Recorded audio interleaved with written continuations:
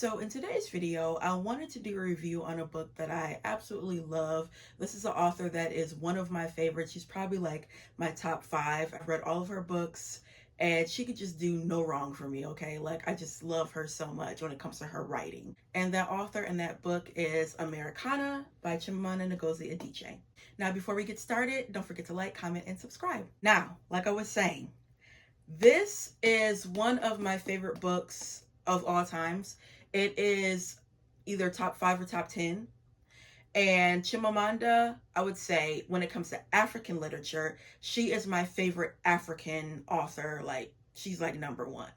And I've told you guys so many times, when I first started getting back into reading, back in like 2018, 2019, I started gravitating towards African literature. And when I tell you, African literature, African authors, they are fantastic storytellers. I remember saying to myself, man, if I would have read them, earlier, maybe I would have been like a reader, like in high school or middle school, because they just can capture a story. I think I can count on my hands how many times I have read a book by an African author and I did not like it or did not care for it. When I started reading and really researching, her name kept on coming up. First book I actually started off with Chimamanda was The Thing Around Your Neck. It is a short story collection. Fantastic. But at that time, I really wasn't into short stories. I remember I didn't like the fact that I didn't like the fact that I didn't get any closure, but then I learned, girl, it's a short story. It's not a novel. Even with not really being down with short stories at that time, her stories were just so captivating. Let's get into the gist of this book. This is about two individuals. You have Efemelu, who's a young lady, and Obenze. They meet when they are in high school, meet at a party, and they instantly hit it off. They talk about life, they talk about literature. They both want to leave Nigeria, because that's where it's set, and go to America for university, because they just think America is just like this promised land, basically, so many opportunities, and they really want to go there. Well, Efemelu ends up going to America. Obenze ends up going to London. And you see the paths of their lives, during early adulthood all the way to adulthood. You see how they navigate their situations, navigate with people, navigate with society, navigate with their personal, professional life. And that's really the gist of the story. You're just focusing on these two young individuals' lives, and you just see the difference. Now, I would say, okay, I liked Efemelu.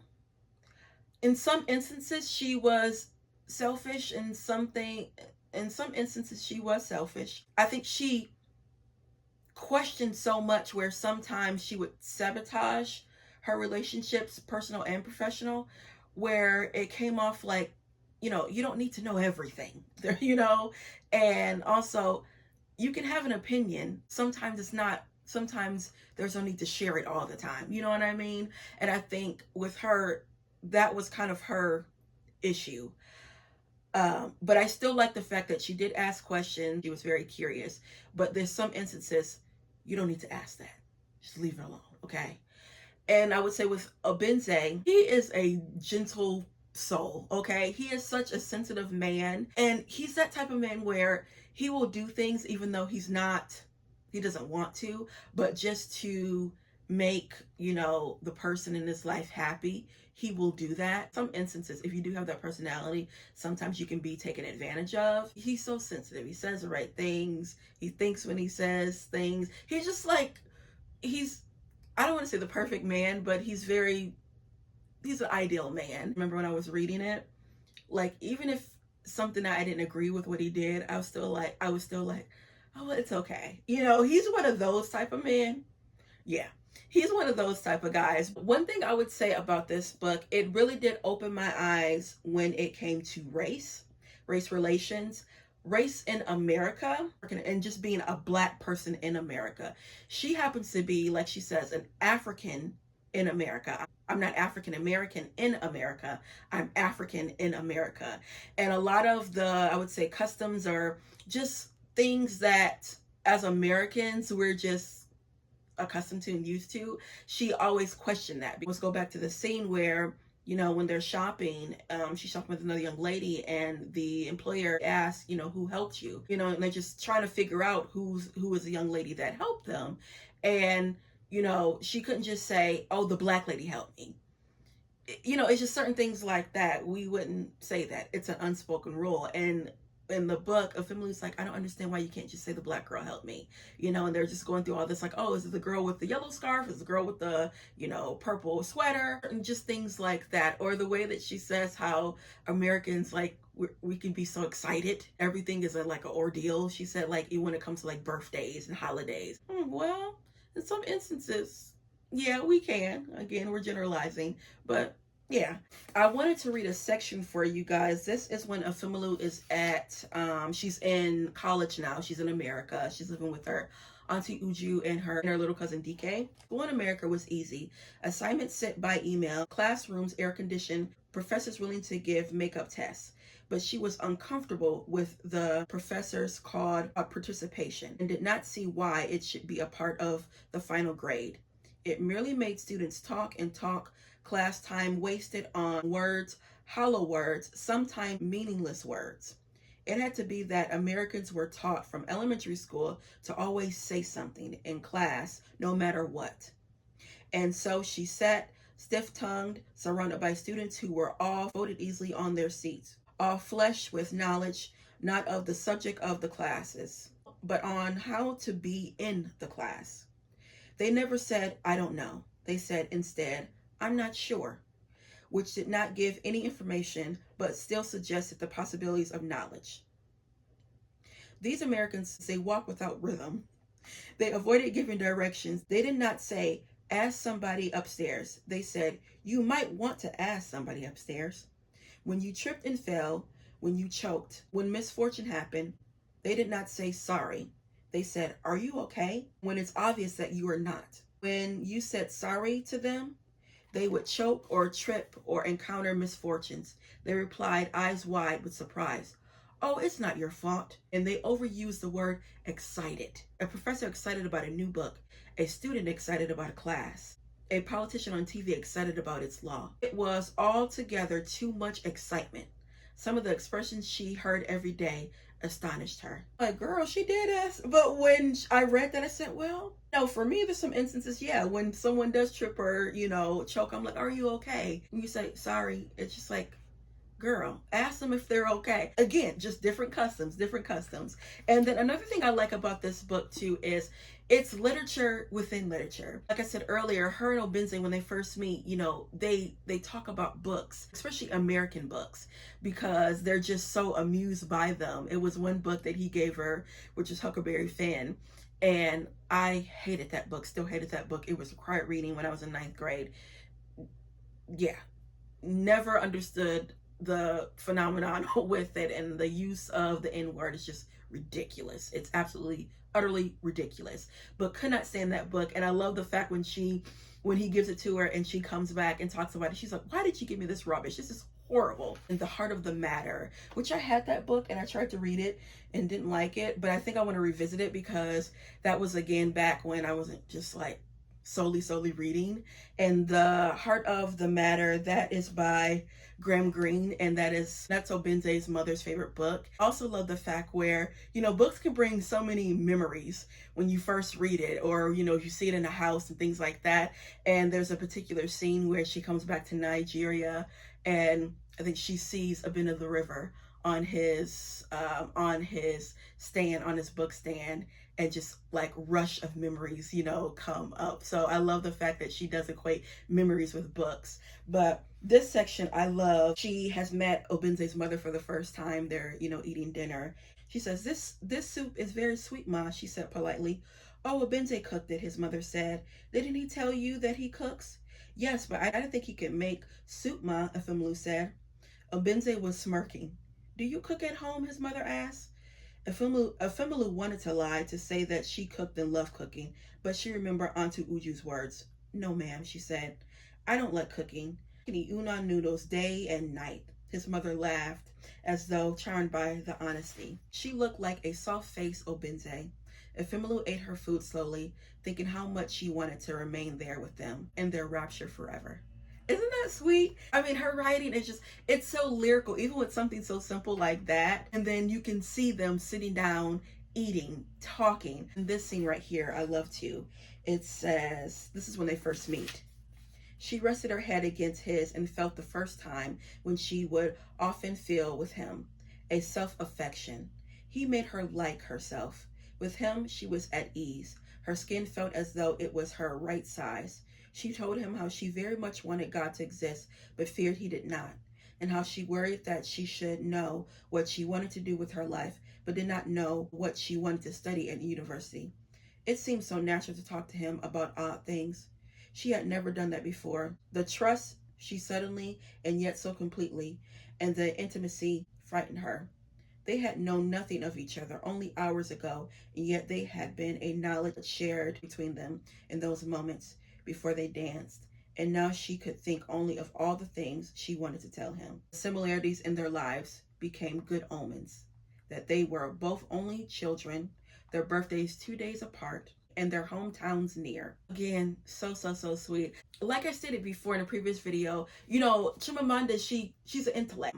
And if you don't know her writing, you would just assume that she writes like this hard nonfiction critical analysis, and yet she does have some essays and things like that she does talk about race, religion, serious topics. But her stories are essentially love stories. Even with Half of a Yellow Sun, that's the backdrop is war, the Biafran War, but it's a love story just like this. It's essentially, it's a love story between two young people that meet when they're in high school all through their adulthood. Because I do remember feeling kind of intimidated when I started watching interviews. I'm like, I don't know if I'm gonna like her writing, but then when I got into it, yes. Another thing that I love that this book talks about, and it really opened my eyes when it comes to immigration and how hard it is for immigrants just to navigate in society, especially when you're undocumented.